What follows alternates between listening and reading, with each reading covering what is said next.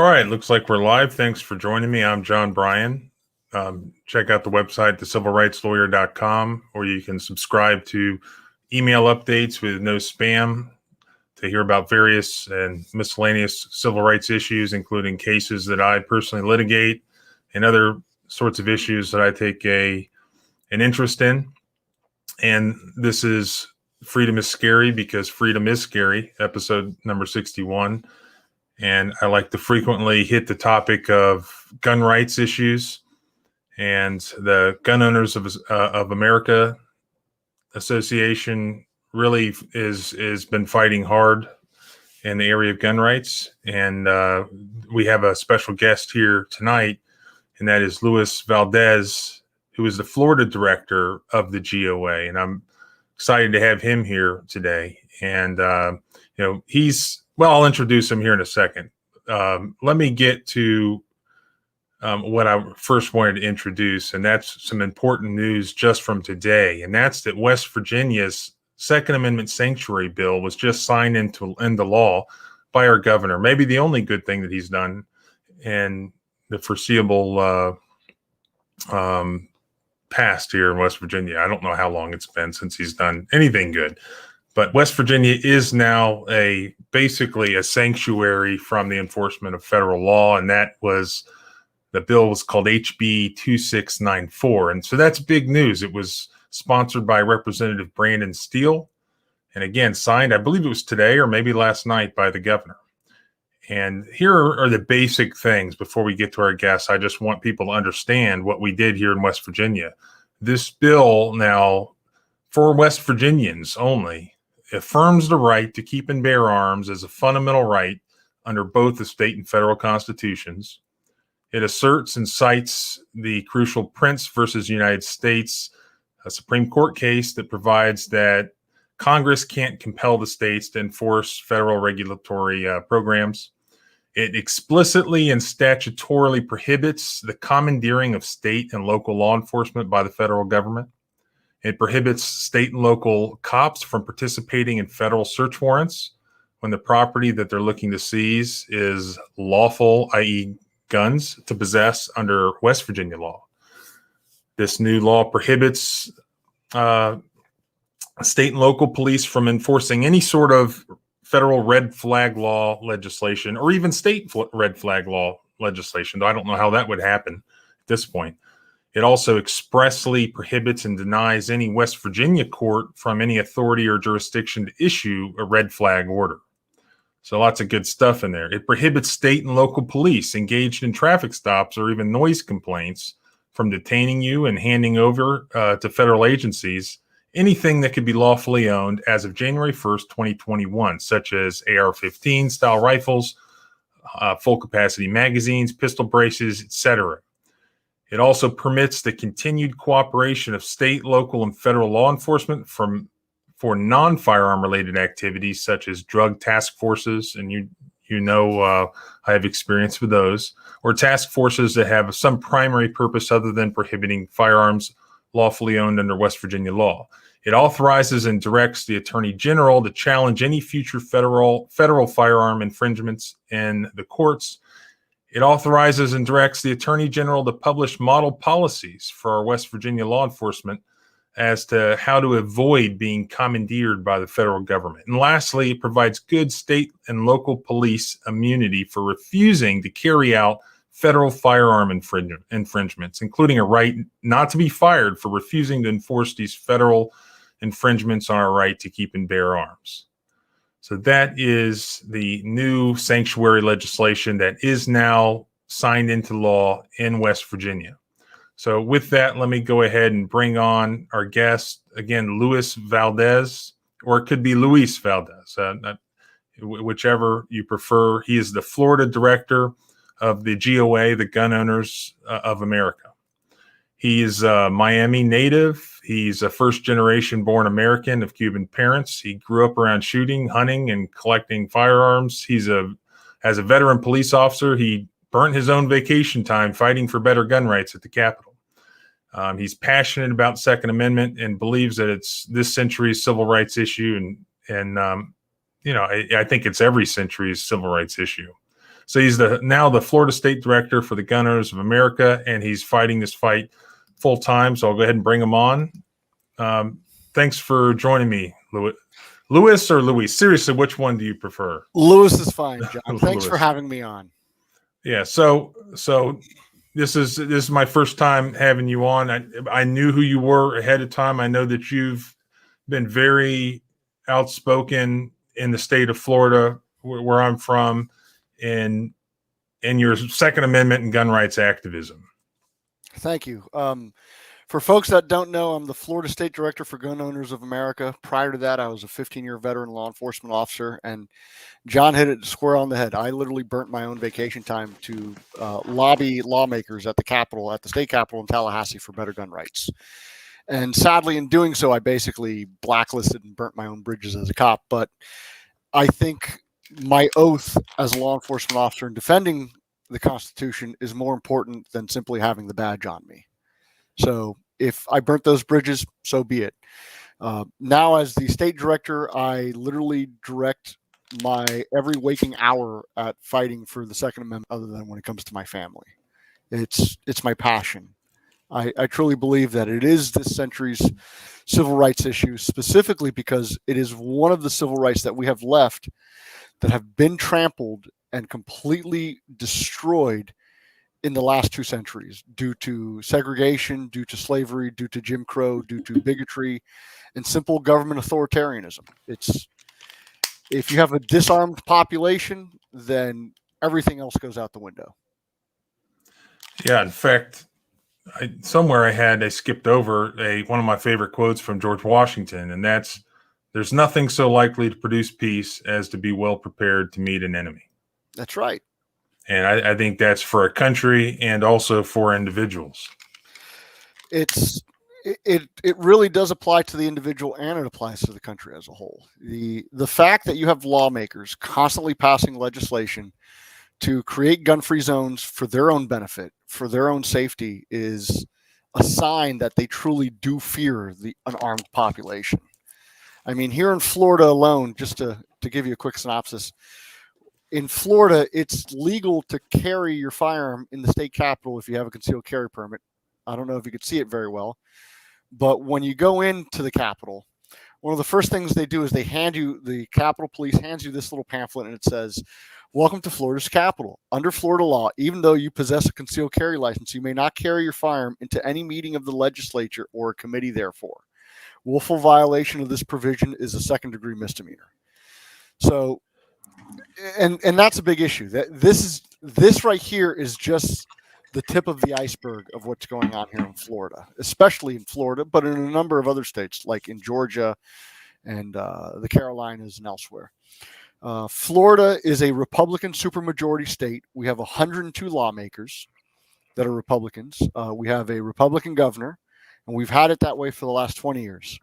Yet Florida is only one of 5 states that doesn't have open carry for the most part. You can only open carry if you're actively hunting, fishing, or camping. That's it. You can't open carry down the street as a normal civilian, as a normal law-abiding citizen. We don't have unpermitted carry in any form or fashion outside of our homes, but we have Republicans that constantly campaign as if they're pro-gun. And yet this right here, they passed a law within the last 10 years to say, oh, you could carry at the Capitol, except you can't carry at the Capitol when it's actually worth a damn when they're in session. Why'd they do that? Because they want to throw crumbs to gun owners and make it look like they care when in reality they don't. This session alone, we had a Second Amendment sanctuary bill that was introduced by Representative Kaylee Tuck, and it was very similar to your West Virginia bill, and it died in committee. Our legislative session ends in 2 days, so April 30th. But it was assigned to the Criminal Justice subcommittee in the House, which is chaired by Representative Cord Byrd, and he's a Republican. And when I asked him back in February, before our session officially kicked off, when it was still committee meetings, I said, "Hey, when are you going to bring up the constitutional carry and the Second Amendment sanctuary laws or bills for debate in committee?" And he said, "Oh, I'll do it around the middle of March, so halfway through our session." When the halfway point through our session came up, I again asked him and I said, when are you going to bring up these bills? And he told me straight in my face, he says, well, I'm not going to bring up these bills because they don't have a Senate companion bill. They're only House bills, and I'm not going to waste my time on that because they're not going to go anywhere. Mind you, and I think you know about this, Florida Governor Ron DeSantis, he just signed the anti-riot bill into law because that made national news, right? Yeah, and that's where you can defend yourself, your property against rioters, something like that, right? It's less than what that is. All it does is it makes what was a misdemeanor in some cases a felony, and it allows the state to call any mass gathering a riot.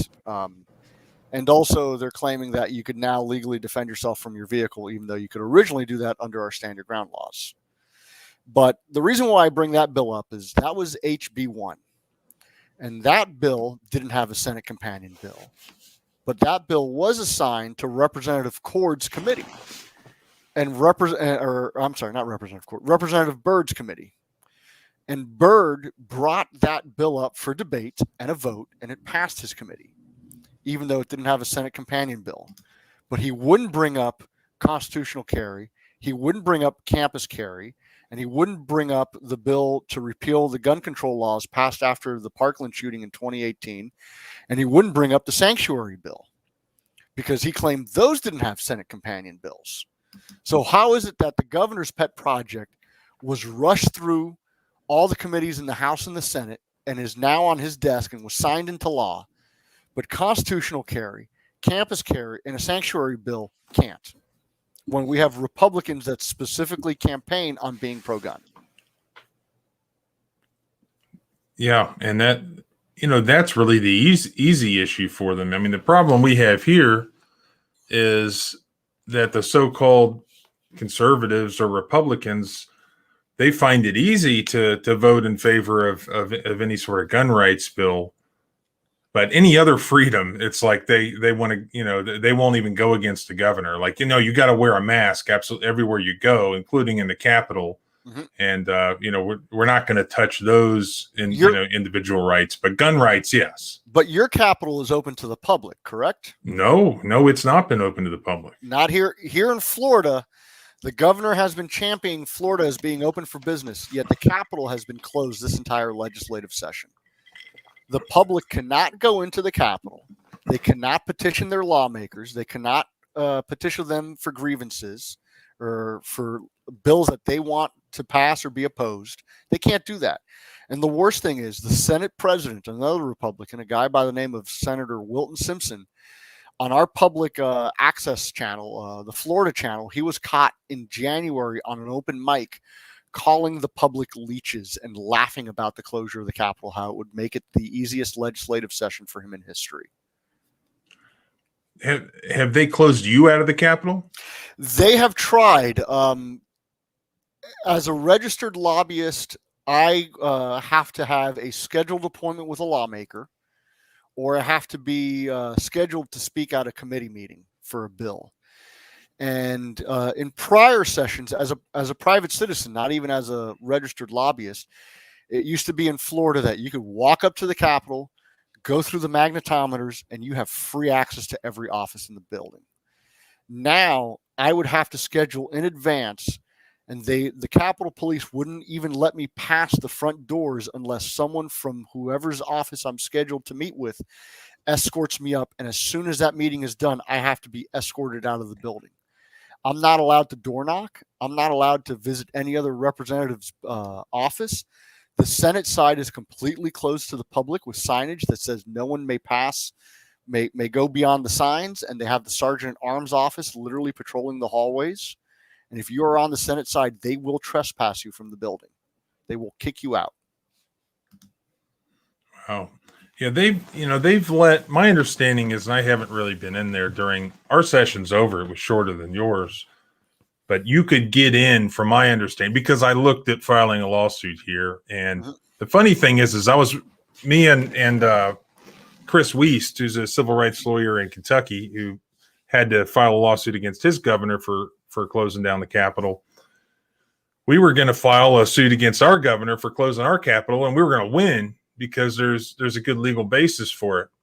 At least we thought. When we looked into it, there actually wasn't an executive order closing the Capitol that we could find anywhere. Turns out these coward legislators had kind of secretly closed it themselves through whatever internal rules that they have. So they closed their own, and at the same time, we're making it look like it was the governor. So what ended up happening is you could get in, anybody could get in, not just a lobbyist, so long as you had a meeting. Yeah, it works for the public too, but 90% of your lawmakers this session weren't even going to schedule a meeting with a private citizen because they're not a registered lobbyist.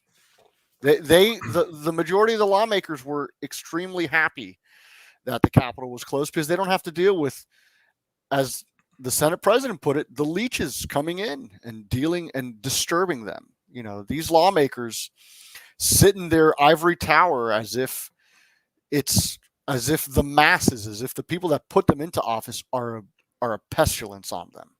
When in reality, it's the other way around. The damn lawmakers, they're not our representatives, they're our reprehensibles. Yeah, I like what you're saying there. You're speaking my language. That's not just a problem in Florida, believe me. No. We have it even worse up here, unfortunately. The problem. Go ahead. I'm sorry. No, I'm sorry. You were going to say. Well, I wasn't going to say anything probably that intelligent. I was just going to rag on our governor and say that, I'll still trade you governors. We had here in GOA, we had a very good working relationship with Ron DeSantis when he was in Congress, and we want to continue that good relationship we have with him as governor. And in 2018, when he was running for the gubernatorial primary here in Florida, he was at the state Republican convention, and he was directly asked where he stands on gun rights, and he said if he was governor at the time in 2018, he would have vetoed the Parkland gun control bill. Now it's 2021, and he has not spent a single red cent of political capital in using his office as a bully pulpit to support constitutional carry or campus carry or open carry or any sanctuary bill. And I understand we are the third largest state in population, where we have 22 million people. We deal with hurricanes. We have a massive economy. I get it. Running Florida is not a simple thing. Part of my job when I was in law enforcement was I was actually assigned to protective operations at the Capitol, and part of that was assisting with the protective detail of Governor Rick Scott at the time. And I get it. Hey, running the state as governor isn't an easy job.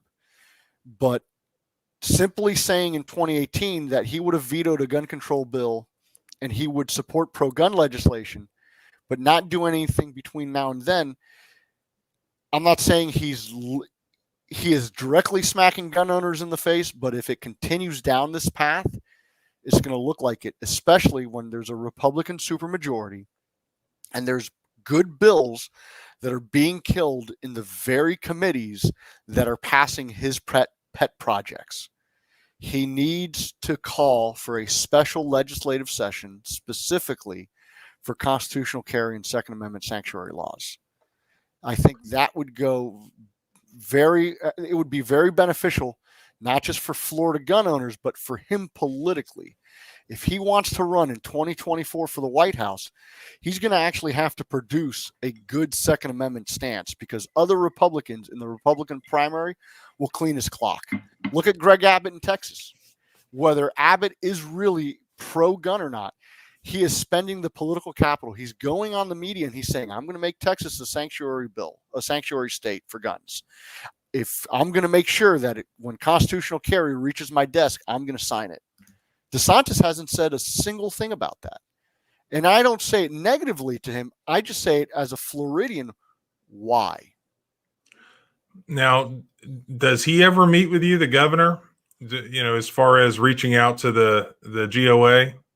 I reached out to his staff, and I had a meeting with them earlier in the beginning of March, and I specifically brought up these issues, and they said that they would take it under advisement and they would bring it to his attention. So far, I have not heard anything back from his office. I am going to reach out to his office again and More importantly, I want Florida gun owners and even gun owners that aren't in Florida to reach out to his office because, like, you currently live in West Virginia, but I know there's plenty of folks all across the country that they spend their hard-earned money in Florida for vacation. If you're not a Florida resident, you could still call the governor's office and you could say, I ain't going to your state to spend my vacation money. I'm going to go elsewhere because your gun laws, they're not that great compared to somewhere else. Yeah, this guy says every politician needs to wear body cams 24/7. I think that's a great idea. I haven't heard that yet, but I'm all for that. I wouldn't be against that. But yeah, I mean, hell, I still spend money in Florida, and honestly, with you going down there right now is like leaving the Soviet Union and entering America. It's like defecting to freedom. I mean, I know that you're on different issues, but the COVID stuff is nuts. Hey, I completely understand it. I mean, I've had people literally come into Florida. Our other state directors and our staff from GOA come into Florida, and they literally tell me it's like crossing the Berlin Wall from East Berlin into West Berlin. That the fact that from where they're coming from, it's a big sigh of relief. But as a Floridian, it's really not, because while the governor hasn't done a statewide mask mandate, he's left it up to the counties. And while the counties, through his executive order, can't fine you, the counties are still putting pressure heavily on businesses to have masks. So, and it depends. Like here in Leon County, in the capital, you have to be with a mask in every business. If not, you can't basically go in because the businesses will have you leave. Yeah, well, you're in one of the liberal arees of Florida because you got the damn university there, so you got commies running around all over the place. We have two universities. We have FSU and FAMU. So yeah, it's especially liberal. But like in the Melbourne area in Brevard County, there's no mask mandate there. I was down there recently for a speaking engagement for Protect the Second Brevard County. Good group of guys. They're local, but they're very passionate. And literally every place I went to down there was like no mask. There wasn't even a sign that says a mask is required. It was just no one wore a mask. No one cared. It was freedom in that regard. But here in Tallahassee, everywhere is a mask. And like I said, the state capitol is still closed, even though the governor's proclaiming the state open. Yeah, that's where I last was in Florida, and I grew up in Brevard County, and we went down there here, I don't know, a few months back and visited my parents, and I think it was pretty shocking. Like the first gas station off I-95 that we stopped at, it was like all of a sudden for the first time in I don't know how many states, there was no like mask Nazi sign on the outside of the gas station. Yep. And everywhere else, like it was just so strictly enforced, even up and down the interstates. And it was nice, even in Brevard County, like going into Dick's Sporting Goods, like not only did they have dumbbells in stock, there was no mask sign. I mean, there wasn't even a sign on the door. And this isn't like just a big chain franchise store. And it was just such a vast difference, and it's so tangible. You can see like the difference between freedom and tyranny, at least as far as the masks go. Yeah, it was wonderful. Which I wish we had freedom when it comes to gun rights issues. It's yeah, that's true. We have constitutional carry, yeah. and you don't. So I mean, we don't even have open carry. If right now, if I walked down my sidewalk in front of my house with my Glock on my hip, I'd be arrested. But I got my first concealed carry permit in the state of Florida when I was in college. I was going to UCF in Orlando. Mm-hmm. And I can remember it being a concern. Well, I can remember getting one, and I wasn't even really carrying at that time. I just wanted to be able to have a pistol in my truck, yeah, and not get arrested if it got discovered by the cops.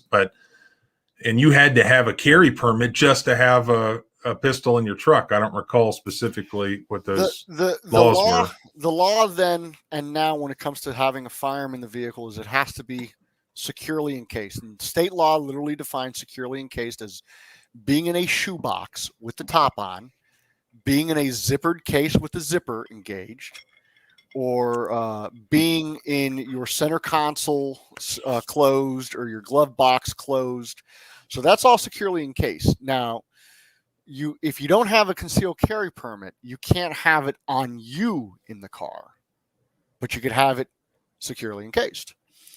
So that's where a lot of the issue where having a permit comes, and also the mythology of the 3-step rule and all that jazz. Because I remember specifically when I was a uniformed patrol cop down in South Florida, another officer, he made an arrest for a guy on, down here we call them DUI bikes. You know, the little 50cc, they're not motorcycles, but little 50cc powered mopeds. That must have come about after I left Florida. I've never seen that. I saw them on the damn bicycles, though, at UCF. Yeah, well, the DUI bike, you know, it's typically what a guy gets when he has his license revoked for a DUI. But guy just was driving one of those. Oh, you're talking about the driver. I thought you were talking about the cops. No. Running around on scooters. No, no. The driver. Got it. Yeah, DUI bikes. Okay, yeah. Those little 50cc bikes. So he gets stopped, traffic infraction of some sort, and the traffic guy arrests him for unlicensed concealed carry. Now, when he brings him into the station, I was working on my own arrest form, and I ask him, "Hey, what do you got?" And he tells me what happened, and I say, You can't book him on this, man. You need to unarrest him. All you got to do is write him a citation for whatever traffic infraction he did. He goes, "Oh no, he doesn't have a concealed carry permit. I could arrest him." I said, "I'm telling you, the fact. Where did he have the firearm?" He goes, "Oh well, he had the firearm in a book bag." And I'm like, "Was the book bag zippered up?" He goes, "Yeah." I'm like, "Where was the book bag?" He goes, "Oh, it was under the seat." I'm like, "Ain't gonna fly. Call the state attorney's office." So the state attorney's office tells him the same thing. Uncuff him right now immediately, or you're going to have problems. And that was just one of the myriad of issues as a law enforcement officer I've experienced here in Florida, because cops don't even know the laws when it comes to Florida firearm laws.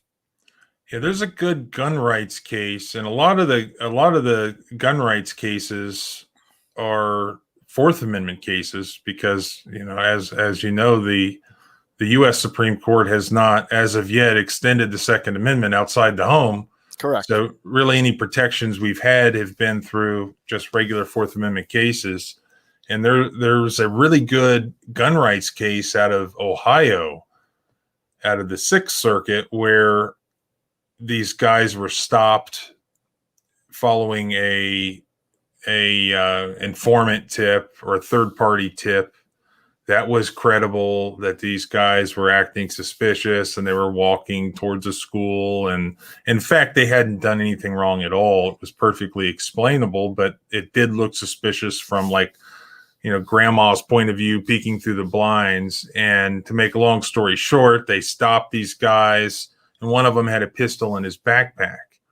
And he ends up getting arrested for being a felon in possession of a firearm. But it was all struck down because it was closed in his backpack, and therefore there had to be probable cause to search that backpack. And there's more to it, but that's sort of similar to what you're telling me there. Yeah. And well, I can't remember what that case is called, but it was out of Ohio. I vaguely remember it. I mean, there's so many cases I've looked at over the years, so I vaguely remember it. But yeah, there was that incident that I remember personally as a cop. There was another incident where I remember at the state capitol of all things, the Capitol Police, they were doing a training, and they were saying, "Oh, you could only let people in the Capitol that have a concealed carry permit if they have a Florida driver's license." And I had to correct them on that. I said, "No, Florida issues permits to non-residents. It doesn't matter if they have a Florida driver's license or Florida ID or not. As long as they have a Florida concealed carry permit, they're good to carry. And if they have a permit from a state that we have reciprocity with, they're good to carry." But their entire training, because this was a joint training with them, but their entire training was focusing on, no, they had to be a Florida resident with a Florida CCW, with a Florida DL or ID. And I was like, no, you guys are wrong on that too. There's a culture in law enforcement where they don't know the full extent of the law. And because most cops don't deal with specific gun-related laws. You know, your average beat cop, they're going to deal with your common calls. They're going to deal with your domestic violence. They're going to deal with your strong arm robbery. They're going to deal with your shoplifting, that type of stuff. But when it comes to the very specifics of firearm laws, and this goes across all the states, but since I'm here in Florida and I was a Florida cop, I know specifically about Florida issues. A lot of them don't know Florida law. Florida Carry, a state level organization, they do a lot of open carry protests, and the way they do it is they have active fishing licenses, and they go to piers and they go fishing. And under Florida law, as long as you are actively fishing, hunting, or camping, you could open carry. So that's their only way around to go to open carry in Florida. And they do these as a sign of protest. Miami Beach, they tried to apprehend some Florida Carry members at gunpoint for like 45 minutes until they cut them loose. And they literally, the Florida Carry members had to argue with them while at gunpoint, at handcuffs, saying, no, you guys got this wrong. This is what the law says. There was an incident in Tampa. There was an incident, I forget where else, but there's been multiple instances like that. And the hilarious and sad thing is there's actually a YouTube video floating around of the Florida Wildlife Commission, our game wardens, doing a Q&A with the public. And someone in the public asked them, well, can I open carry while hunting and fishing and all this? And they go, yeah. Oh, and just to let you know, most street cops, they have no clue you could do that. So you're going to have trouble with them on that regard. So you had state cops literally telling Floridians, oh, hey, yeah, by the way, most of your municipal cops, they're not going to know this. Yeah. Yeah. I've had my own experiences with game wardens in Florida. But yeah, it is a whole nother topic really, but it's surprising how it's like in Florida, how much more power they have than like your regular cop. And there's no shortage of cops in Florida. I mean, compared to West Virginia and here in like, you know, small counties, you might have like one guy on duty at a time in an entire county. Meanwhile, I mean, you look like Brevard County, Florida. I mean, you got thousands. I mean, there's so many more cops. And then the game wardens are like mega cops in Florida. Well, in terms of their authority, they have no more authority than any other cop in Florida. The only difference is under Florida. See, I don't know how it is in West Virginia, but in Florida, we don't have a unified state police. So like I know in Texas, you have the Texas Department of Public Safety, and everyone starts off as a trooper, and then they could apply to be either a game warden or they could go to their plainclothes division, which is the Texas Rangers and all that stuff. But in Florida, we don't have a unified state police. So the game wardens, they are a constitutional office. They are created by the state constitution. All the other state law enforcement agencies were created by legislative action for executive offices. So the Florida Department of Law Enforcement, the state version of the FBI, they report to the governor. The Florida Department or the Florida Division of Investigative and Forensic Services, they're the bomb squad and arson guys. They report to the chief financial officer of Florida. The Florida Department of Agriculture and Consumer Services Police, they report to the agricultural commissioner, and so on and so forth. Yeah, except here's the thing though, the game warden, and I still own property in Florida. Our family farm is in Levy County, Florida, near Gainesville, about 20 miles from Gainesville, and more than once they've been game wardens been sneaking around. This is a large piece of property. Yeah, they could sneaking around in ghillie suits. They could go on your property to enforce game laws without a warrant to cross private property. Yeah. So you're say this time of year, it's, you know, April or early May, whenever say spring gobbler season is. And so you and your buddies, you're out on your own private property, nowhere near anyone else's property, nowhere near a public road. You haven't broken any laws or anything like that, but you've got these guys wearing ghillie suits like they're snipers, sneaking around on your property, spying on you. And what they're doing is they'll go, if you have any bait out, if you have any corn out, you have to be however many like feet away from where your turkey blind is. So you can't bait the turkeys. And so if you have any food source like that, they'll go, it can't, even if it's not in the line of sight, they'll go out there and they'll check and they'll measure. Yeah, they have specific legislative authority because the legislature has passed specific laws granting them as an agency that authority. But in terms of their certification, they have the same cert as any other cop in Florida.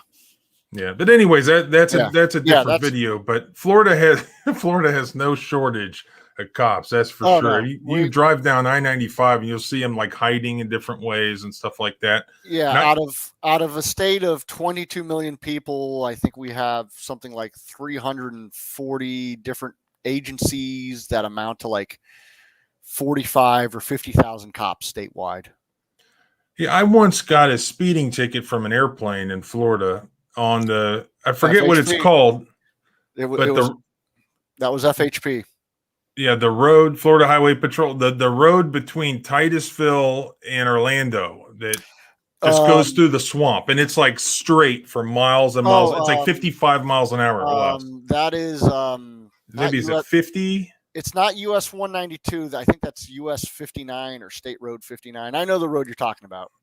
Yeah, and it's like a 4-lane. I mean, and it's better than any interstate in West Virginia. And it goes through the swamp, and it's 4-lane. There's nobody even then on the road. And as far as the eye can see, I mean, you see mirages like miles down the road. It's so long and empty, not a curve or anything. And it's like 55 miles an hour. So, of course, I'm cruising. I'm like, I don't know, 85, 86-ish.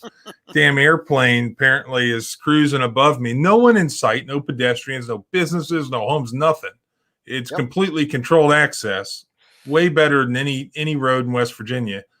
And here they are down the road before you get to Orlando, and they've got people pulling over every car, and they've clocked them from the airplane. So I got a ticket that was like 250 something bucks. And because it was that much, I had to report it to like everything I've ever done, to apply to the state bar, law school, everything I've had to report this damn speeding ticket. The best way I could describe Florida under Republican leadership with its state government is we are like Disney World. They put a hell of a lot of work and effort into the special effects and the costumes to make make-believe look like reality. And that is what it's like here in terms of freedom. Everyone thinks Florida is this free state where you could do whatever the hell you want, when in reality, we are no different than most of the other Democratic-controlled states. Sure, we have a Republican supermajority, but all of our elections are this close when it comes to statewide elections to it going Democrat for the governor.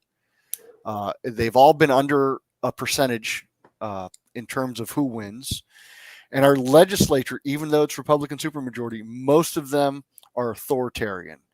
They don't care about your Second Amendment rights. They don't care about true constitutionalism in terms of business practices. They want everything to be a fee, a permit, or a license. I mean, just to give you a simple idea, if you are a single sole proprietorship as a handyman and you are conducting business in Florida, you either have to have proof of workers' comp coverage or proof of an exemption. Because if you don't, it's a third-degree felony.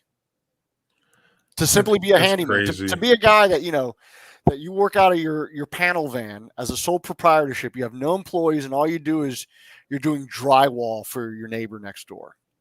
If you don't have proof of coverage, of workers' comp coverage, or you don't have proof of an exemption, third-degree felony. And yet, they're probably enforcing that and prosecuting that through all the COVID stuff as well.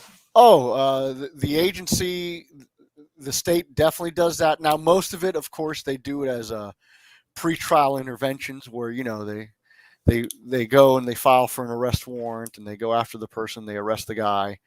And then the state attorney's office will always give them a PTI, say, hey, look, it's a nonviolent felony. Stay clean for a year, and we drop the charges and they'll process it. But still, the fact that you have that here in the state of Florida, when you have a Republican supermajority that campaigns on being, quote unquote, pro-freedom, pro-Second Amendment, pro-liberty, and we have laws like that on the books, and people and I want to, and I know I'm going to segue here, but the fact that you have people constantly voting for these Republicans, and then they think everything's good. I mean, look at Marco Rubio, look at Rick Scott in Congress right now. You know, you have two senators, they're backing red flag laws and putting gun owners on a terror watch list because they own guns. And yet these guys claim they're for freedom, and they always campaign that, oh, the Democrats are worse. Yeah, the Democrats are worse, but here's the thing. Simply voting for a guy that has an R by their name, that's not freedom. That's just voting for the lesser of two evils. And voting for the lesser of two evils still takes us down the path of despotism. Yeah, I'm glad we had this conversation. I'm feeling a little bit better about West Virginia's government here. I still would trade our governors, but maybe I don't think I'd trade our legislators. I would love to have your legislators. I would love to have your legislators, because ours are I could count them on one hand on who I really think is pro Second Amendment, and I mean pro Second Amendment in promoting what the founding fathers wanted, not them simply claiming that they're pro Second Amendment. That, oh, the Democrats want to outlaw guns altogether. Well, I'm for letting you have a 22 single shot. That's not pro Second Amendment in my book, but that is in their book. I think a lot of the success for gun rights stuff in West Virginia is because of the organization that we have here, the West Virginia Citizens Defense League. They've done tremendous work here, and they've really been like the biggest interest group, and they have their own lobbyist that has been pushing legislation through. And every election cycle, they will give, kind of like the NRA does, a letter grade to the candidates, and that can make a big deal in some of these elections. I think that's been very, very, very important to get a lot of this stuff through. Very much so. One of the things when GOA brought me on board to be the state director, and this is what I love about GOA compared to some of the other national organizations, they understand that each state is different. And GOA has given me a lot of latitude. Basically, they're like, hey, look, Florida is your project. You need to run it how you see fit. And they brought me on board in the beginning of this year to be the state director, because previously there wasn't a state director. And one of the things that I am trying to do, that we have a problem here in Florida, is gun owners in Florida are politically apathetic. I had Senator Dennis Baxley. He's one of the five on my finger that I could count as truly pro Second Amendment. He flat out told me in 2019, he said, the reason why Republican lawmakers in Florida don't push pro-gun laws is because Florida gun owners are apathetic and they're silent, and Republicans take that silence as approval. I just saw someone on the comments say another issue is that we have a lot of Northerners coming here, and that is another issue. We have a lot of people that come here from New York and New Jersey and Connecticut and elsewhere, and they come to Florida, and for them, like you said, in regards to the whole COVID thing, it's a breath of fresh air. They come to Florida where there's no assault weapons ban, and they could get a shell issue permit for concealed carry, when if you lived in New Jersey, you can't get one. You can't have an AR-15, you can't have 30-round mag. So for them, they already see that as better, and they don't see the reason to spend the time and effort to push their lawmakers to get something even better. Or they don't support it in the first place, just like they did in New York. Or they don't support it in the first place.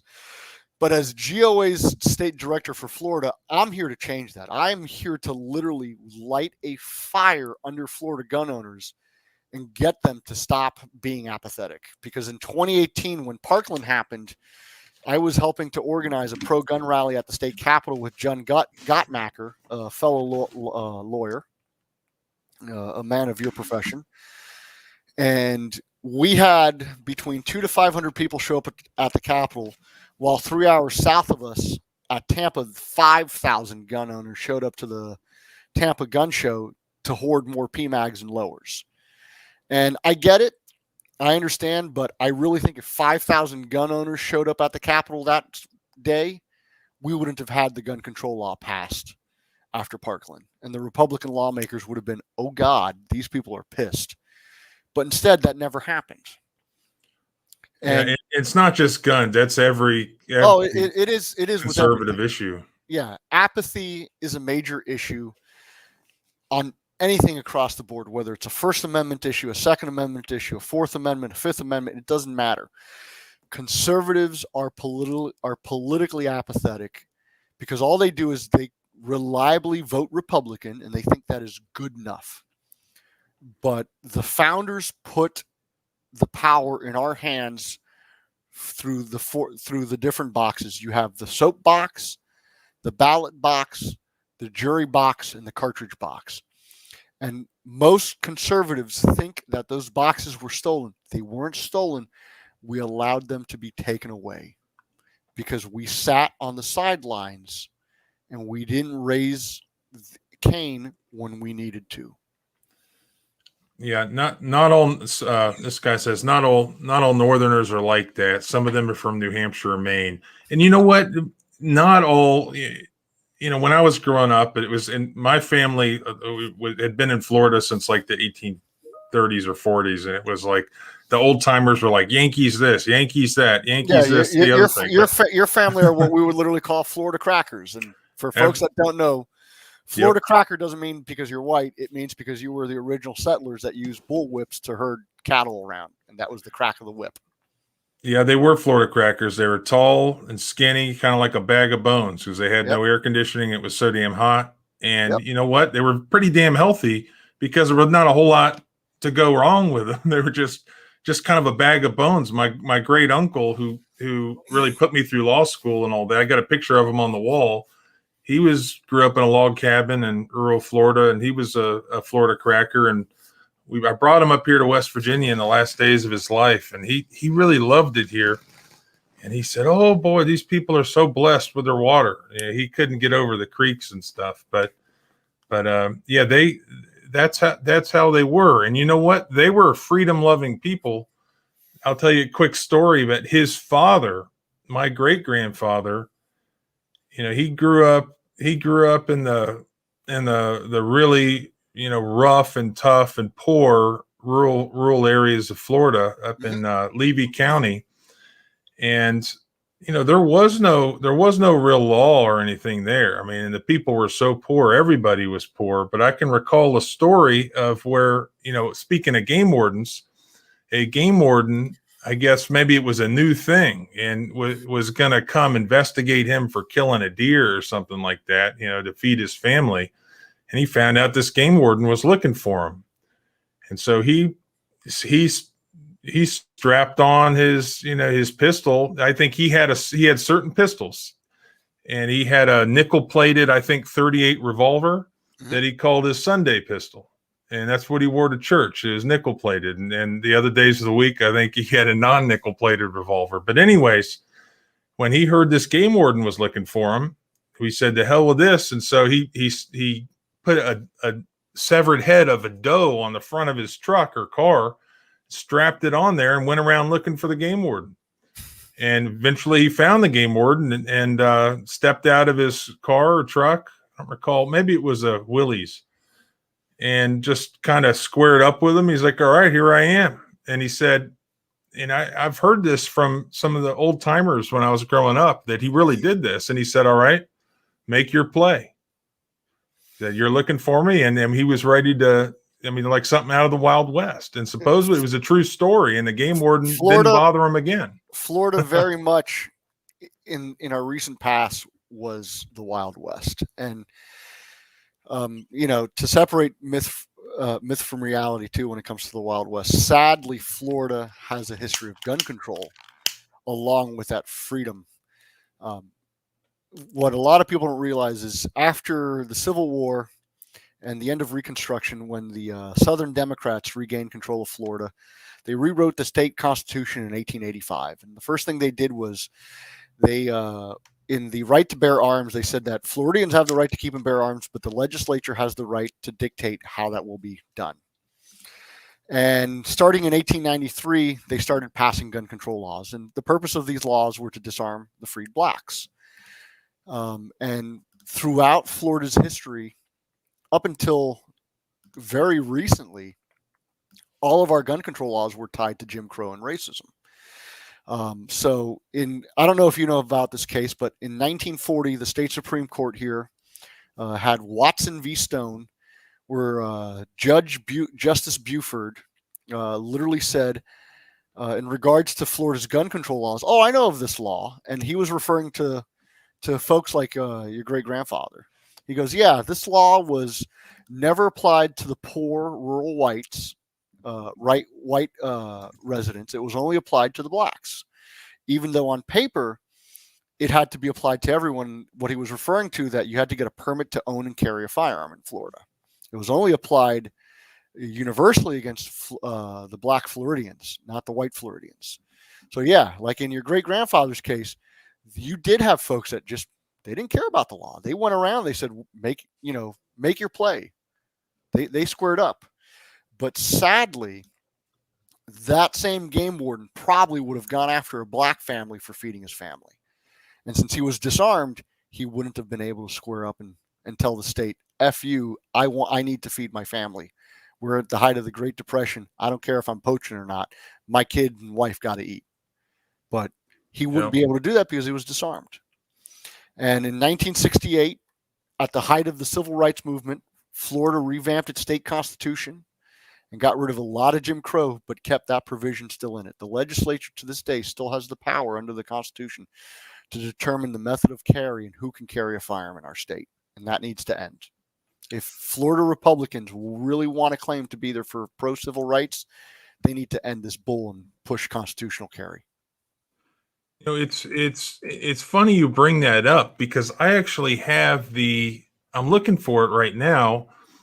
I actually have my great-great-grandfather's permit so that he could buy and possess a Winchester repeating rifle.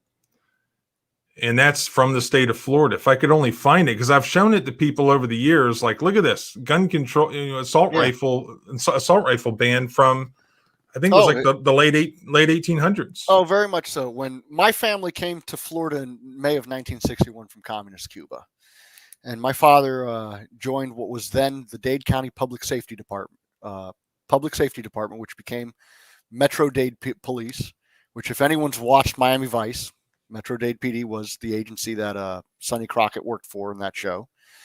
And at the time, in the 70s, when my father was a rookie patrolman, you still had to get a permit to possess and carry a firearm. Now, in Dade County, it was very hard to get a gun permit if you weren't connected. My father was able to get a permit for my grandfather and my uncle because he was a cop. Because my grandfather and my uncle's business were all cash and carry businesses. My grandfather had a business of going around Miami, Florida, selling women's dresses. That was his thing. He would buy women's dresses at wholesale from the garment district in downtown Miami. And he had his clients, and he would go around, and at the end of the month, he'd show them. And the following month, he'd go to all his customers and say, "Okay, what do you want to keep? What don't you want to keep? Give me what you don't want to keep back. What you want to keep, pay me." And it was all cash and carry. This was all cash businesses back then. And Miami then, just like now, was a rough and tumble town. It was even rougher back then. But because my father was a cop, my grandfather was able to get a carry permit to possess and carry his gun. And people don't believe it, because right now we're all shell issue. But we're only shell issue because in 1987 we became a shell issue state. But that could change tomorrow if the legislature decides to pass a new gun law. And the Republicans showed in 2018 that they could do that, because they passed a bump stock ban that was so vague it bans binary triggers or any other accessory that could change the rate of fire of a firearm. They made it to where anyone under the age of 21 can't possess a firearm. They mandated that now statewide there has to be a waiting period for firearm purchases if you don't have a concealed carry permit. They changed it to where now, of course, the red flag laws, that they trample the Fourth Amendment right to go after the Second Amendment. So the fact that we have nothing in stone that says that we could carry without a government permission slip is offensive to me, in my opinion, as a Floridian. I'd love to have constitutional carry. I'd love for it. I found this document. Let me Sure. put this up. I don't. It's not big enough. You could hardly see it, but this is the actual.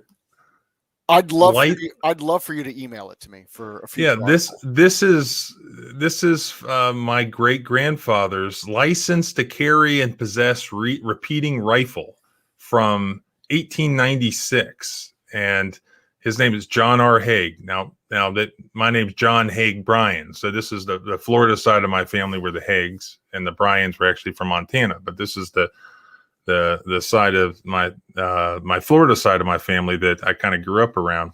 And this is what he got: a Winchester repeating rifle, caliber number 38. And it was signed by the chairman of the Board of County Commissioners and then attested by the clerk. It says, in state of Florida, Alachua County, 1896, in consideration of a bond executed by John R. Haig of Alachua, County of Alachua, state of Florida, commissioners do hereby license him to carry, use, and have in his possession, in accordance with the provisions of said law and the bond aforesaid, one Winchester repeating rifle, caliber number 38, for the term of, and I guess he got that left in blank. But that's just crazy. 1896. I mean, that's the assault weapon of the time. It was. And to this day, we still need a permission slip here in Florida to carry. Looking at the comments, I see Gunny and then a bunch of sixes. I'm not going to read all the sixes. He says, only vote for MAGA Republicans or libertarians if you want your rights. Gunny, I hate to tell you this, but it was MAGA Republicans that pushed gun control here in Florida. In fact, it was Donald Trump that congratulated Florida Republicans for pushing for red flag laws and the under 21 age restriction. So no, even MAGA Republicans don't matter. Yeah. I mean, what somebody asked, I meant to ask you that, but somebody had asked a question. I think it was somebody who lived in Vero, and he said, what can I do? So, I mean, while we have you on here, I mean, we've got some people here in Florida, and a lot of people like me have family in Florida. What can we encourage them to do to help with this? Well, for the first, number one, go to gunowners.org and join. And I'm not saying this just because, hey, I want you to join GOA. I want you to join GOA because we have an email alert system. And as the state director, I keep track of everything that goes on here in the state. And now that session is coming to an end, I'm planning to do a whistle-stop tour across the state so I could meet with Florida gun owners, GOA members or not, to get you guys involved. I want to organize Florida gun owners. I want to get you guys as an organized, active group so we could petition our lawmakers correctly. So we could go to the Capitol during lobby days and we could beat down their doors and we could tell them in person, this is what we want.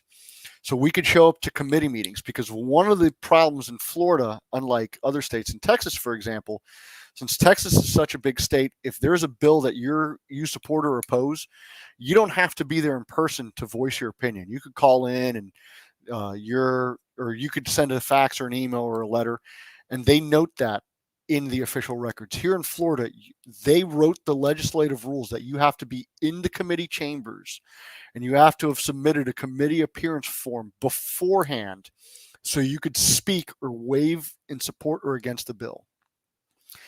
So I want to organize you guys. I want to train you guys so you know how to play the game legislatively that the lawmakers try to play on us. And at the same time, I'm literally scouting for people that could be regional leaders, because Florida is such a big state. We have 67 counties.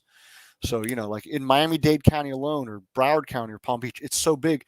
We might need 3 people, because one guy to cover the north, the central, and the south end of the county, versus like in Alachua County, you could cover a couple of different areas. I literally want to meet folks that could do this. And so we could organize and build a system from the ground up, and we could put pressure on lawmakers. And yeah, absolutely. That's what the left is so good at doing, is organizing from the grassroots and sending letters and complaining and showing up and protesting and all this stuff. And people on on the right, they don't do that. because, well, one, they probably are out working, or doing something else that is more efficient in their lives. But that's going to have to change. Squeaky wheel gets the grease from these coward politicians. The squeaky wheel does get the grease. And Gunny, again, he said, become a Republican committee member. Gunny, I hate to break this to you. The Republican Party chair, he actually voted in favor of the Parkland gun control bill, because the Republican Party chair is a state senator.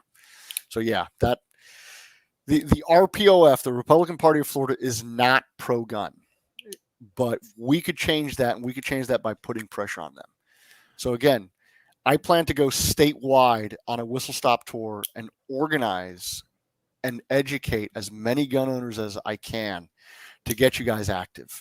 The best way we could do this is by literally organizing. In 2018, when the Parkland bill was being brought up for debate, Senate Bill 7026, I was there in plain clothes to speak against the bill. And before any of the anti-gunners knew where I was, in terms of a stance, I spoke to them and I literally interrogated them. I wanted to find out who they were. And they were a bunch of different people. They were the Broward County School Board Union. They were the local PTA organizations. They were the League of Women Voters, you name it. But they all were there, and they all coordinated to speak on a unified front. As the GOA state director, I have a very good relationship with Florida Carry, and not just in terms of being a good relationship with them. I'm also a Florida Carry member. We work hand in hand together. I work hand in hand with Protect the Second. They're a good group of guys. They're just getting off the ground. They're looking to create a grassroots level organization across the state. GOA, we are willing to work together and to build a coalition. It's not just our way or the highway. Our goal is to advance liberty and freedom. So if there's a local group that's out there that has the same goals as us, of course we'll work with them. I have no issue with that. And I agree with that as well. I've joined the GOA, and I've recommended to people that if they're going to donate to the fight for the Second Amendment, to donate to the GOA, because a lot of people have been, I think, rightfully critical of the NRA recently.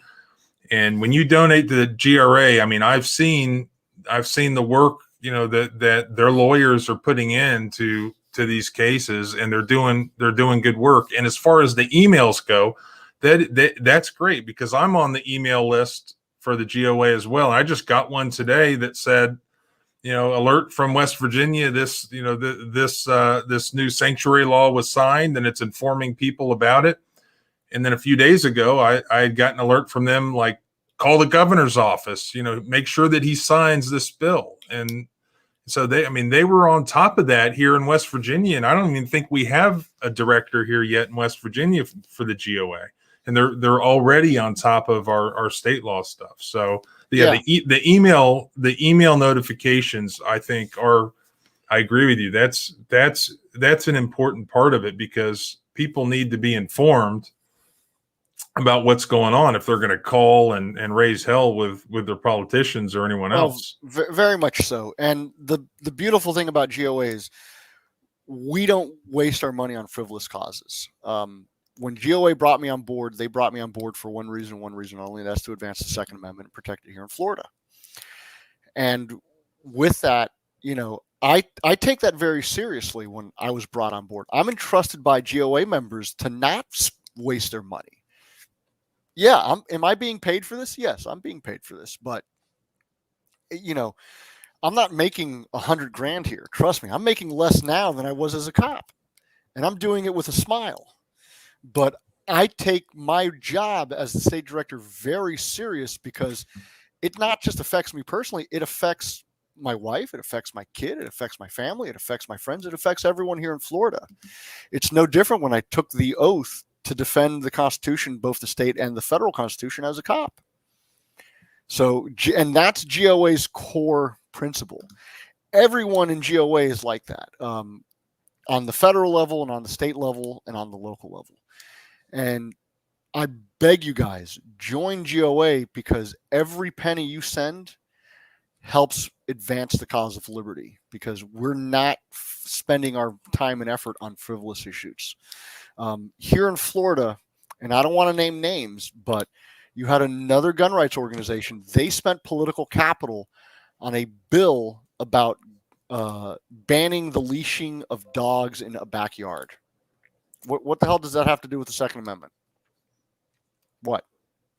Yeah, well, it's sort of like they, instead of stopping our governor up here, who's been running the state like a dictator for 13 or 14 months now, they were worried at times for, deciding whether or not the pepperoni roll should be the official food of West Virginia. Yeah. Well, it's real simple.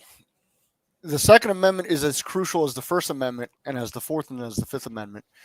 And without the Second Amendment, we as the people, we can't protect and defend all the others. It's this interconnected web. Liberty and freedom is crucial. And even though I mostly deal with the Second Amendment, I back the First Amendment issue, because without the First Amendment, I can't protect the Second Amendment. So the work you do is crucial, especially when it comes to Fourth Amendment cases, because we do have the right to be, for the Fourth and Fifth Amendment in terms of protection from illegal search and seizures, the right to be secure on our persons, the right not to self-incriminate. It's crucial. It's all an interconnected web. Now, obviously, you have to stay really busy just with Florida stuff being such a large state.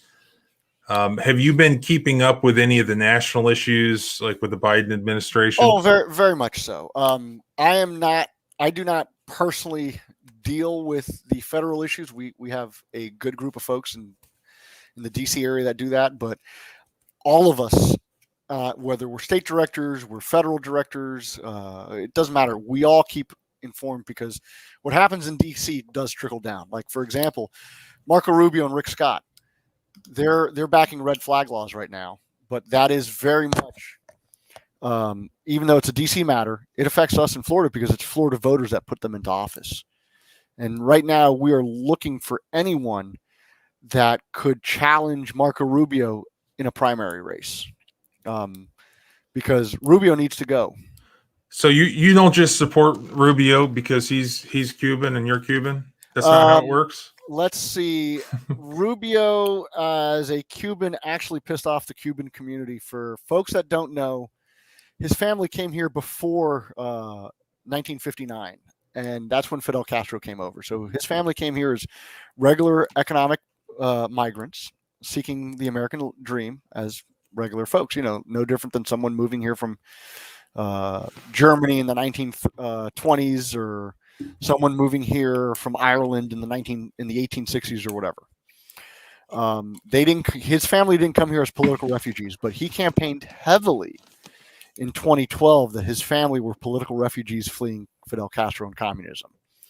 And after he won office and it came out that he was not a political refugee suffering under Fidel Castro, that was a huge slap in the face to the Cuban-American community, because the folks that came here before Castro and after Castro, it's like this big schism. It's this big dichotomy. Folks know the difference.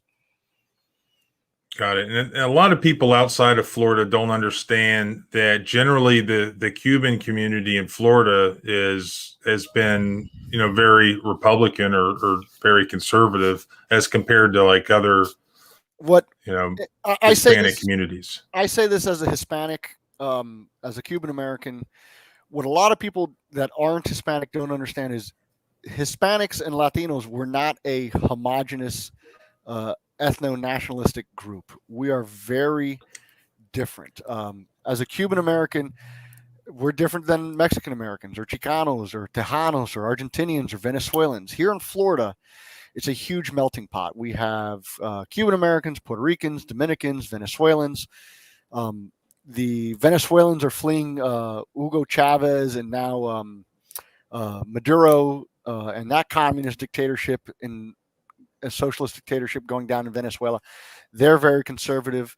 I know people that are literally old Imperial Spanish from New Mexico area, that they're extremely conservative. I mean, their family could trace their lineage back to the 1600s when Spain claimed and settled that area. You had Hispanics, you had Mexicans in Texas that were Tejanos that founded Texas. Their family lineage is extremely conservative. So the idea that someone is simply Hispanic or Latino makes them a leftist or anti-gun is wrong. It's extremely wrong, and forcing people into that box is not going to get you anywhere. Was it Biden or was it Obama who sort of put their foot in their mouth and said something like, well, you know, the problem with the Hispanic population is that we just can't count on them to vote for Democrat. He said something like that. I don't remember if it was Biden or Obama, but I don't remember which one said it, but yeah, one of the two said it. I mean, I do remember when Nancy Pelosi visited Miami, she was literally chased through a back alley, and everyone was calling her a communist until she was able to run into a building and they locked the door. Yeah, I love, I love the Cuban population just for the fact that, I mean, it's such a good example of blowing up the whole, the whole white privilege narrative. And it's like, all right, well, if we're going back to basic tribalism and grouping people by their skin color or their ethnicity, or everybody except for so-called white people. I mean, there's a good friend of mine that I went to college with who's Cuban. He still lives in Miami. I saw on social media the other day that somebody was, trying to insult him and explain why he is where he is in his life and things have been so easy, just saying, well, it's because of white privilege. And, I don't know that you could look at him and look at me and say, which one is Cuban, which one is white. I mean, you can't necessarily tell, but I mean, so no, technically this guy didn't realize, no, this is a brown person according to the tribalism narrative that the left and that Biden has put forward. Oh, the tribalism is ridiculous. How people try to put people in boxes, because I mean, I'm in a mixed race marriage. My wife, she's Puerto Rican and she's black. Our daughter is mixed race. What are they going to put her in?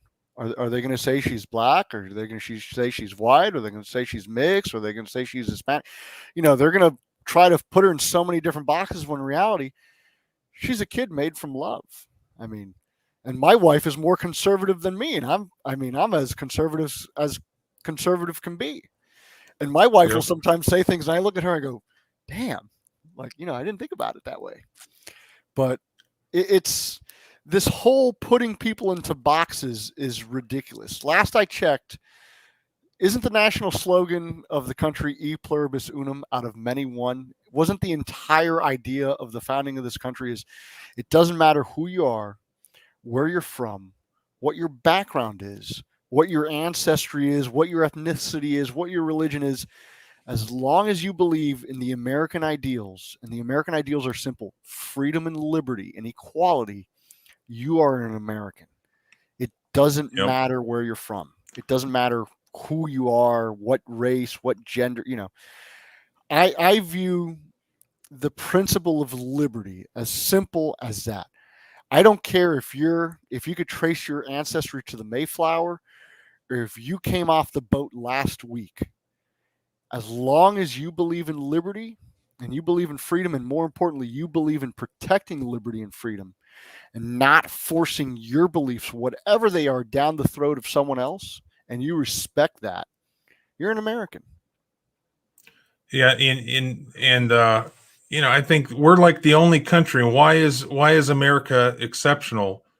Well, the rest of the world, it was defined by blood or soil. That the borders of where you were born, where your family was from, your ethnicity, what your blood is. That's what defined you. Like being Japanese. It wasn't just because you subscribed to a certain ideal. It's very difficult to become Japanese, but to become American, what did you have to do? You had to sign on to, the beliefs as basically set forth in the Declaration of Independence. You had to subscribe to liberty, to freedom, to want to be a part. So it's a country based around an idea, a dream, a belief system, and that is not based around skin color or blood or any particular borders. And so I think that's a great point that is purposefully excluded from the narrative that we all have pushed down our throats these days. I mean, if I go through my ancestry, my great-grandparents were born in Asturias, Spain, the northern part of Spain. My great-grandfather migrated to Cuba, and my grandfather and his father and my father were born in Cuba. I'm the first of my family born in the U.S. My wife, she could trace her lineage to when the United States conquered Puerto Rico from the Spanish-American War and, made it an American territory. Her family's been in PR since basically Spain colonized it in one form or fashion or another due to her ancestry. And she's as American as I am. And I'm the first of my family born here. I mean, technically, my wife is more American than me if you just go by time frame and family lineage, because Puerto Ricans were made U.S. citizens in 1917. So her grandmother and her parents and her great grandparents were American. I'm the first of my family born on U.S. soil, but it doesn't matter if you're born here. It doesn't matter if you came from elsewhere, as long as you espouse and you defend the American dream, and the American dream is liberty and freedom. That's what matters. That's why it matters for the Second Amendment. That's why it matters for the First Amendment, for the Fourth Amendment, for the Fifth, and for everything else. Well, that's why, you're in a strong position to have an opinion on things now and to speak out on things, because, ever more increasingly, they've gotten so bad with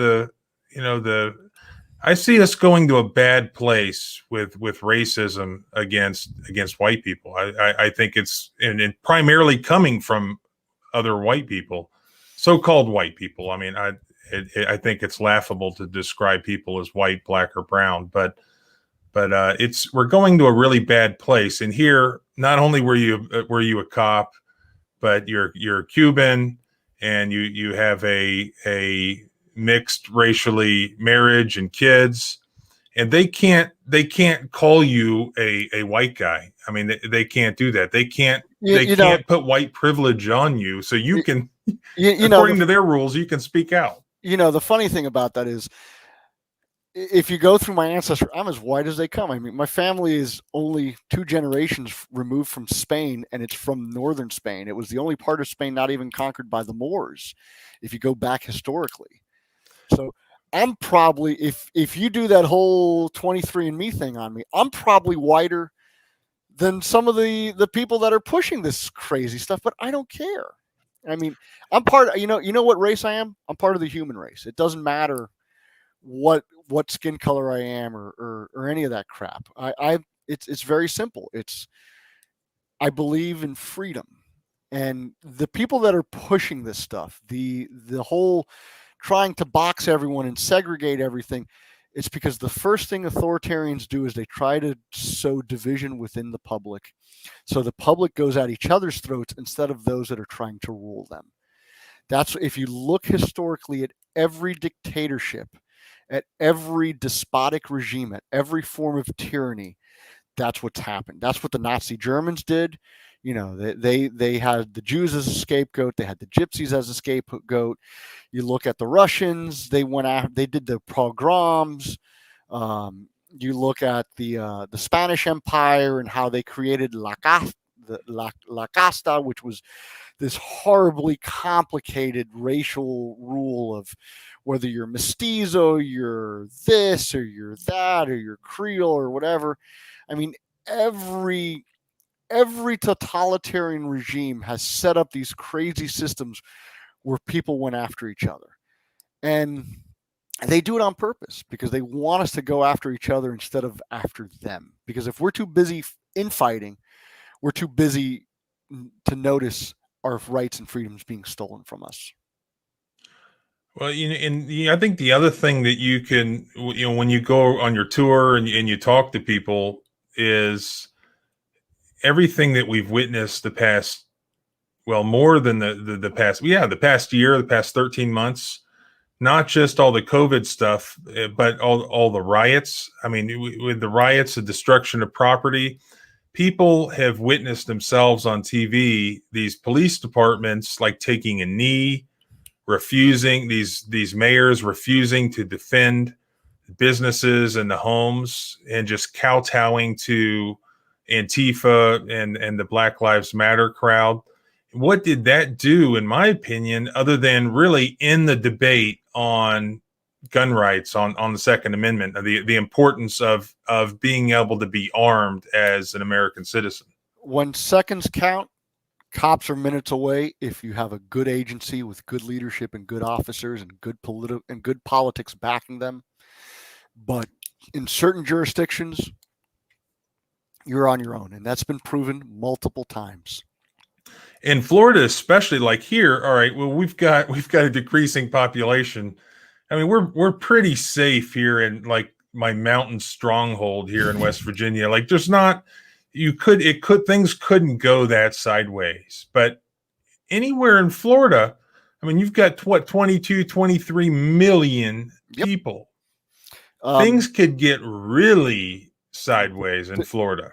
To give you, everyone historically looks, other than what's happened recently within this last decade, everyone always looked at the Rodney King riots as like, oh my God, that was a historical event to show you that you're on your own. When the LAPD basically told Koreatown, we ain't going in there. You guys are on your own. You had the roof Koreans, and they defended their businesses and their livelihoods. But prior to that, you had the McDuffie riot here in Miami, Florida. And for the folks that don't know, the McDuffie riot was Arthur McDuffie was a black man who was running away from the cops in a car chase and was pulled over, and the cops beat the crap out of him. And they killed him. And the medical coroner at the time, I forget the exact quote, but it was in the Miami Herald, and basically wrote something to the effect of, they cracked his skull like an egg. And there was a riot in downtown Miami in Liberty City. And this was in 1980. My father worked those riots as a cop and has firsthand accounts, and I grew up hearing those stories. But what a lot of people don't realize is there was a lot of pent-up frustration in the black community because you did have a historical issue of segregation and of mistreatment by the police. But when that all happened, the police basically pulled out, and you had entire sections of Miami destroyed. And to this day, there hasn't been an economic recovery from that. It was very similar to what happened in LA. And to bring in LA, you also had a very historic issue. You had the Rampart scandal. You had the history of the LAPD during the 1960s, literally harassing Black Americans, pushing unofficial segregation and all that. So, when people constantly say that BLM is wrong, BLM's actions are wrong, and BLM has been co-opted to do something completely horrible, which is wanton destruction and pushing an absolute travesty of equality. But and I don't want to segue into say that we have an issue of systemic racism, but as a country, we do have an issue that does need to be resolved. And that's because, again, we have our political leaders that constantly have us go as each other's throats through one way or the another. They try to label us. They try to put us into these tribes and these teams. And instead of us all just around sitting, you know what, we're all Americans and we all should promote liberty, you have this tribalism and this factionalism going. I don't in any way condone what BLM's done. I don't in any way condone what Antifa's done. But I do understand that, hey, you do have issues where law enforcement, and I say this as a cop, where you have law enforcement on a historical level, they have abused people's rights under the color of the law. And it happens to this day, whether you're white or you're black or you're Hispanic or you're Asian, it doesn't matter. You do have an abuse of government authority. Yeah, I'm not going to disagree with you Yeah. there. I mean, that's kind of what I do for a living is Yeah, is yeah. file those lawsuits. Yeah, But you have but this issue. here's what they ought to do, though. I mean, if they have a legitimate beef, go attack the police department, go riot at the police department, city hall. Don't go burn Oh, down and I wholeheartedly Dollar agree. General. You know, Every American has the right to petition the government for their grievances. Every American does not have the right to march down my street and burn down my neighborhood and destroy my livelihood and my business or my home. And that is the thing. As a country, as a society, we have our entire system of government is backing one system but denying the other. You have elected officials in certain jurisdictions that are backing rioters and giving them room to destroy while our state capitals are closed so we can't peacefully petition our lawmakers. And that's where eventually, and I fear this because I don't want violence to break out across the country, but at some point, the honest American, whether they're white or they're black, is going to get fed up and they're going to start rioting. yeah. Well, I mean, look what happened at the Capitol January 6th. I mean, Yeah. which is nothing compared to what's happened in all the cities, violence wise. And I mean, those were a bunch of there was a couple hundred guys with flags and girls with flags, and the only person killed was the unarmed Trump supporter. Mm-hmm. But imagine if you just took those same couple hundred people and you did arm them. Yeah, and I think that's sort of what's behind the current push for the federal executive order gun control is the fear that created. Every piece of gun control legislation has always been for one thing and one thing only. Those that want to rule want those that they want to rule to be disarmed because they know if they're armed, they can overthrow them. And that is exactly what our founders did. That's what every revolution has done. That's what every revolt has done. I mean, the only armed revolt in American history other than the American Revolution was the Battle of Athens, Tennessee, and that was against a segregationist sheriff that was enforcing Jim Crow. And a lot of people forget that. What sparked that was a black resident being kicked out of the polling place. And you had all these World War II vets returning from the war saying, what the hell? We just fought in the Pacific and Europe to liberate and fight for freedom. And we got this crap happening here in our own backyard. No. And what they do, they went and they grabbed some M1 Garands and they got some dynamite and they made sure that there was a fair and honest election. And that's the only other time since the revolution that you've had Americans fight against tyranny.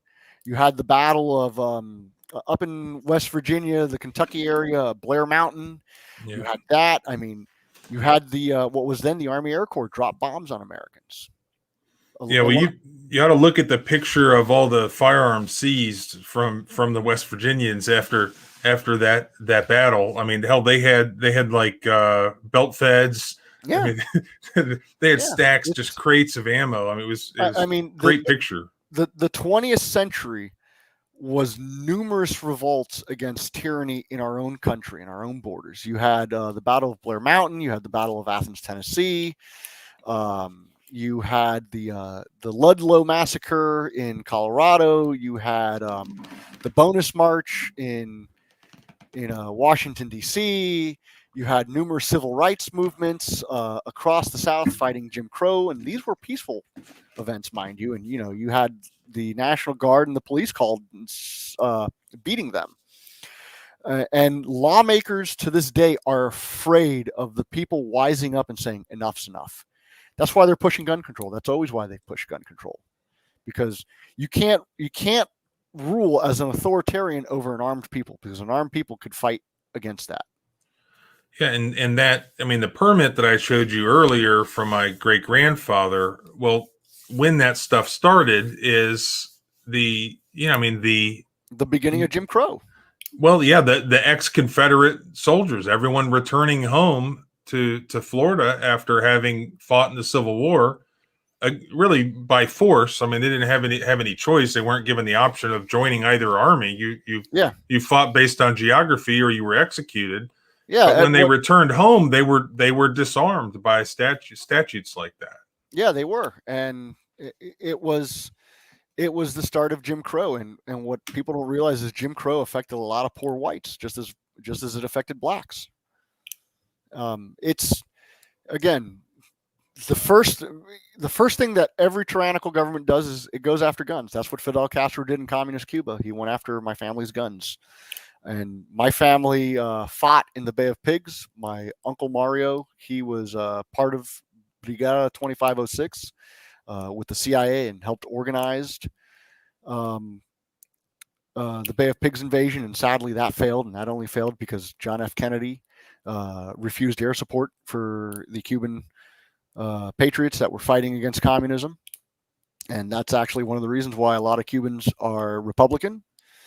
But that's a whole nother story. But a lot of people in every despotic regime, whether it's communist Cuba, whether it was East Germany, Nazi Germany, the USSR, it doesn't matter.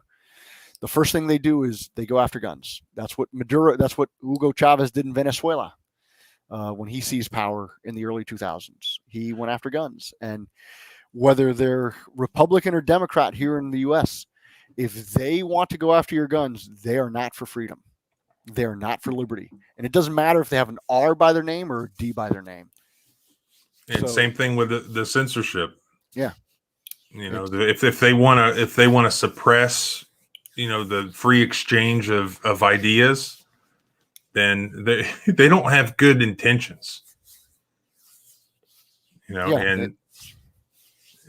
again, that's a whole nother video here. But you hit the nail on the head.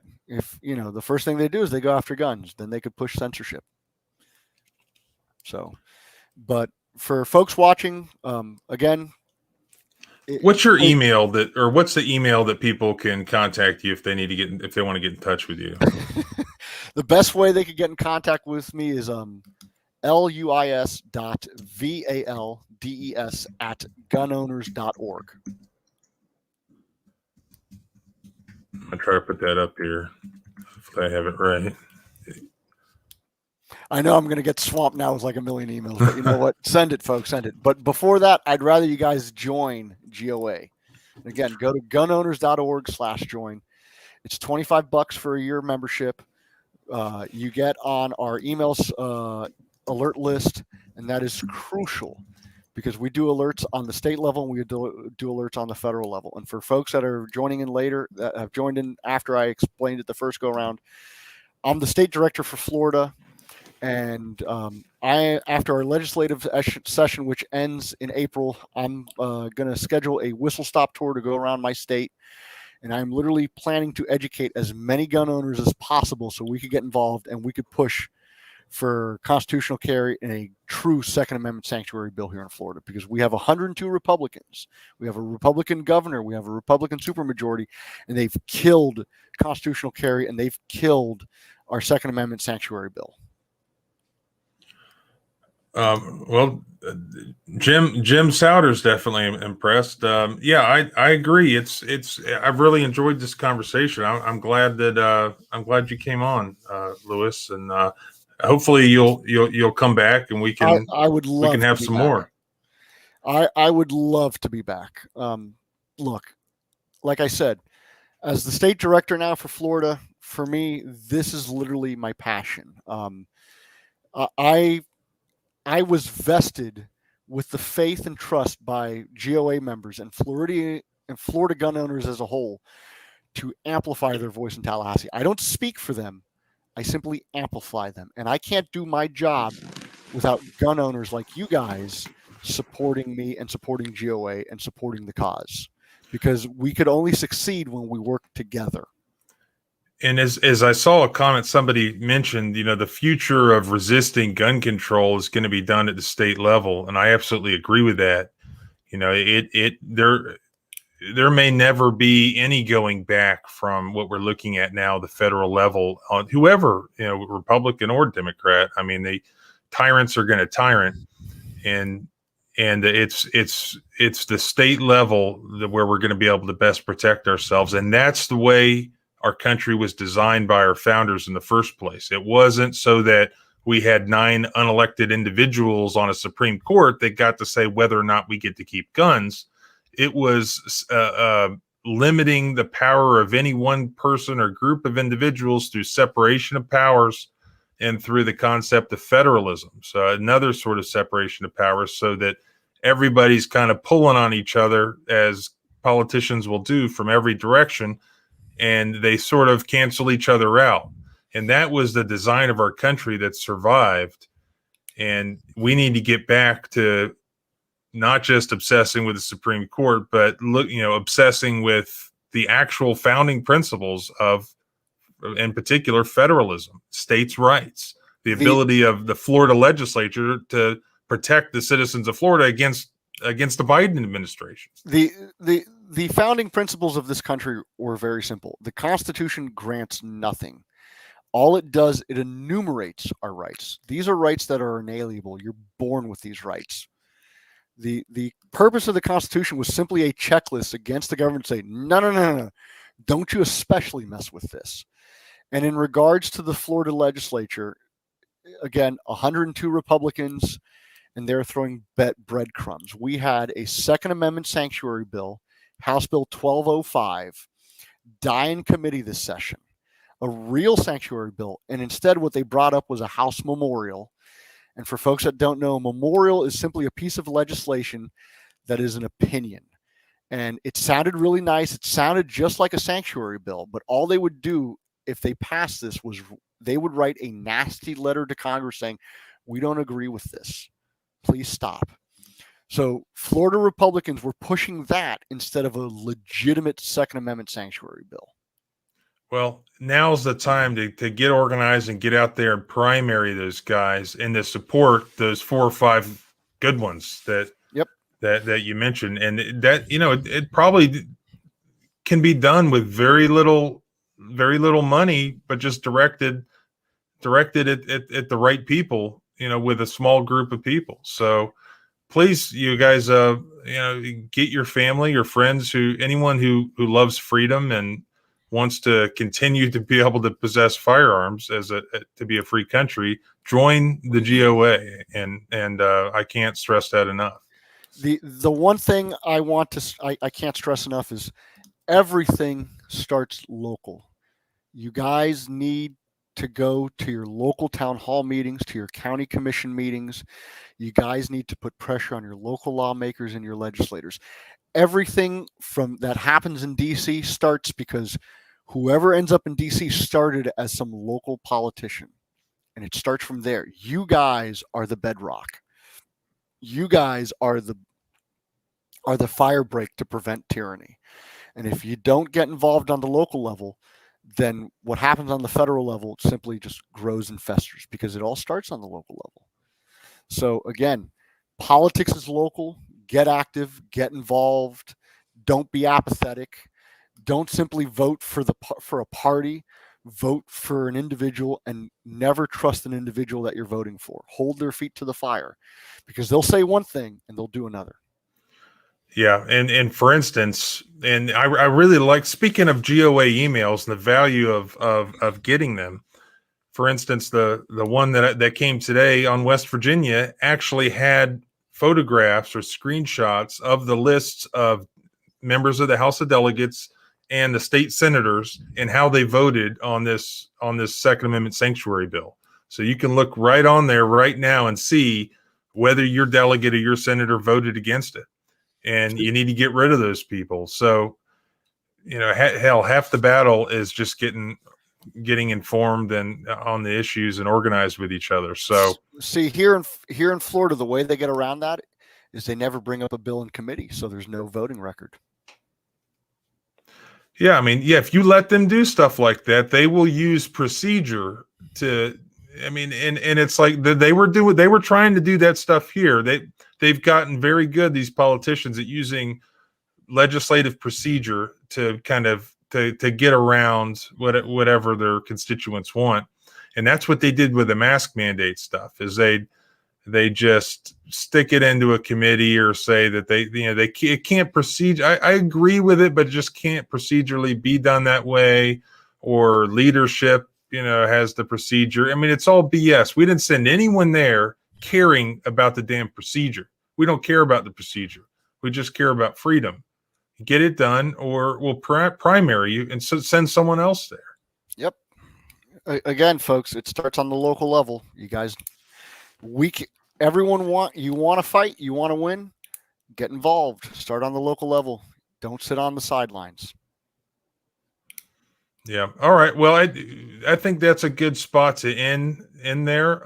Like I was telling Lewis beforehand, I've been sort of burning the candle at both ends, and I need to start getting home earlier and getting some rest. I mean, I've been beat, so I think that's a good spot to call it a day. So I know that feeling. Trust me, brother.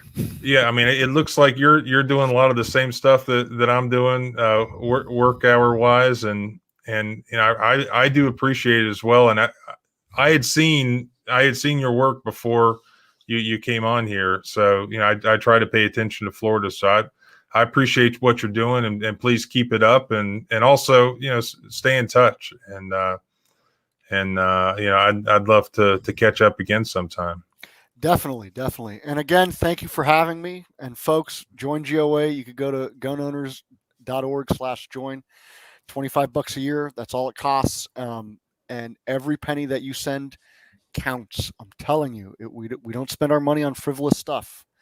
Right now here in Florida, we're looking at things that sadly it's going to cost money, but it's not going to be like I'm going on some private jet to shoot off to the Bahamas or any of that. It's simply because it costs money. And one of the things that we want to do is we want to barrage the governor with pre-filled postcards demanding a special legislative session for constitutional carry.